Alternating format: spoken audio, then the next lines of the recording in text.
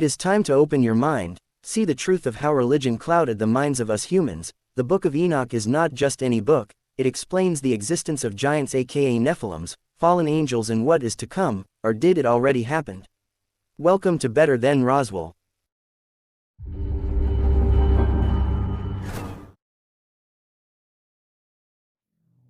Jubilees is not the only ancient text that gives a different story of creation. There is a forbidden book, lost for centuries, that includes fallen angels, bloodthirsty giants, and a warning to all humanity.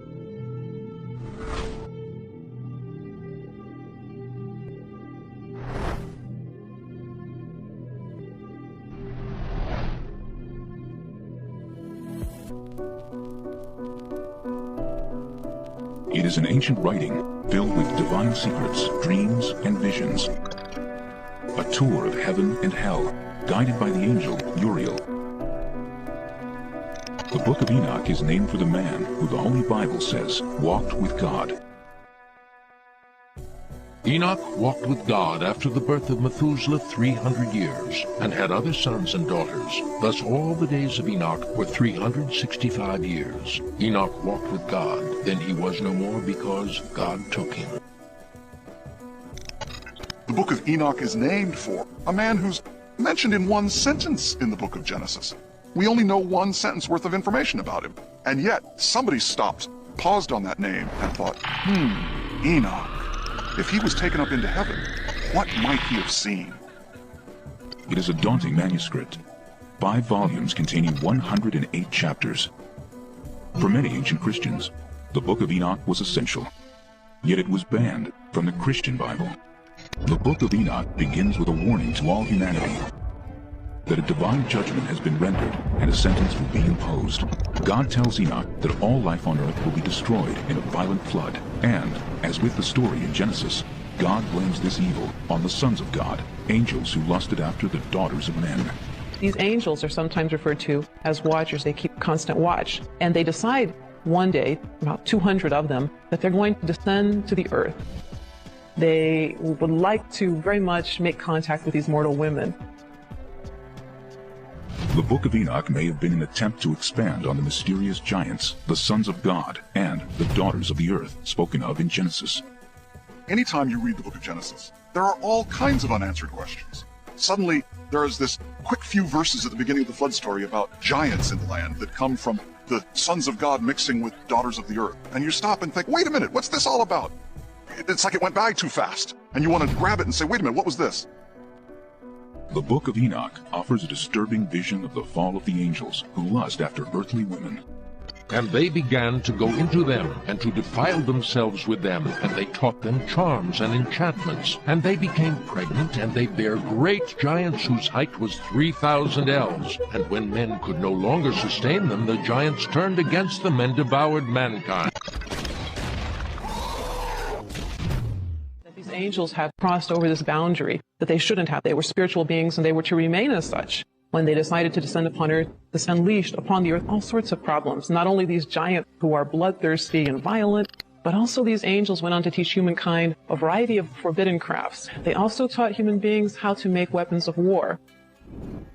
Now, the good angels, the ones not tempted by these beautiful women, go to God and say, you know, there's a lot of bloodshed caused by these bad angels. At which point God says we need to bind Azazel, the sort of lead fallen angel, to bind him and to then cast him into a pit. We might think of this as how do we take care of nuclear waste in the 21st century. You take it out to a part of the world where no one lives and you bury it as deep as you can. For this community, the angel was like that sort of nuclear waste, dangerous. After the rebel angels are cast into the depths of the earth, Enoch has a dream vision. The lead angel, Azazel, begs Enoch to plead their case before God, to petition the Almighty to release them from the depths of the earth. The request for clemency is denied. When we look at various snips of the New Testament, Enoch seems to be in play. Another episode tells of Uriel, a powerful angel in charge of the stars, who becomes Enoch's guide through the heavenly realms. Uriel's name, in fact, means God is my light. And whenever he is described, frequently in relation to God, he is situated to the east of God's throne. This is very interesting. Of course, the sun rises to the east. So this gets us thinking, Uriel, a figure associated with light, perhaps associated in some way with the sun, or the stars, or the idea of these heavenly bodies making their rotations daily. And all these Uriel, the holy angel, who is the leader of them all, showed to me, and their positions, and I wrote down their positions as he showed them to me. With its lush descriptions of heavenly powers and the horrors that await evildoers, even angels, Enoch was one of the most popular books among the early Christians. We know that some early Christians considered the writings of Enoch to be authoritative, to contain actual revelation from God. So, because some people thought that, some influential people thought that, the book was used as you would use other books of the Bible. After all, Revelation appears in the New Testament. But Enoch, for reasons that I think are fairly clear, was just considered a little too strange, a little too suspicious, a little too creative, perhaps, for the tradition. Having said that, there's no doubt that it was widely read and very popular. Yet the Book of Enoch was denied a home in the official Christian canon. This imaginative tale fell into obscurity until the late 18th century, when a Scottish explorer named James Bruce came upon this mysterious text in Aksum, a city in the Ethiopian highlands. Travelers to Ethiopia found manuscripts of these books and brought them back to Europe. This caused quite a sensation. I'm aware of scholarly reaction to them. People were excited about having these texts that we knew about only through allusion before this time, or a brief quotation.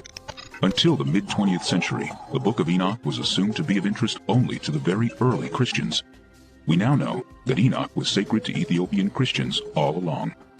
Part of the reason why this probably became part of their canon is because of the mythic story of the foundation of the Ethiopian monarchy. You have Sheba, who goes to see King Solomon, and the story goes that not only does she bring gifts, she brings a little bit of something back home. She's pregnant with Solomon's son. That son is Menelik. Menelik is the first dynastic king of Ethiopia. He actually goes back and retrieves the Ark of the Covenant from Solomon because Solomon is not taking care of the kingdom properly. And the Ark rests, or purportedly, in Aksum in Ethiopia. So when Christianity comes later, in about the 4th century to Ethiopia, there's already a story there. There's already a connection to the Old Testament story. So the Book of Enoch and all these other types of books that are included within the Ethiopian canon become part and parcel of putting together this Old Testament story, this Old Testament link, with a very new Christianity that enters into the Ethiopian. They don't give up the old. They put it all together with the new and blend it together. Large portions of the Book of Enoch also were found among the Essene literature, hidden in the caves of Qumran, as part of the Dead Sea Scrolls.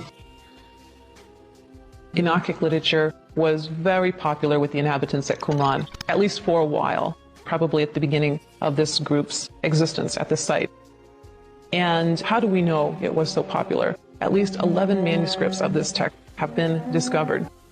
And that's quite a number, especially when we think in terms of what it costs to produce a manuscript in antiquity, in terms of not only the material required, but also the labor. And so sometimes what people are reading and what the leadership in the church actually wants you to understand are two very different things. Today, ancient writings not included in the Bible are being re-examined by 21st century eyes.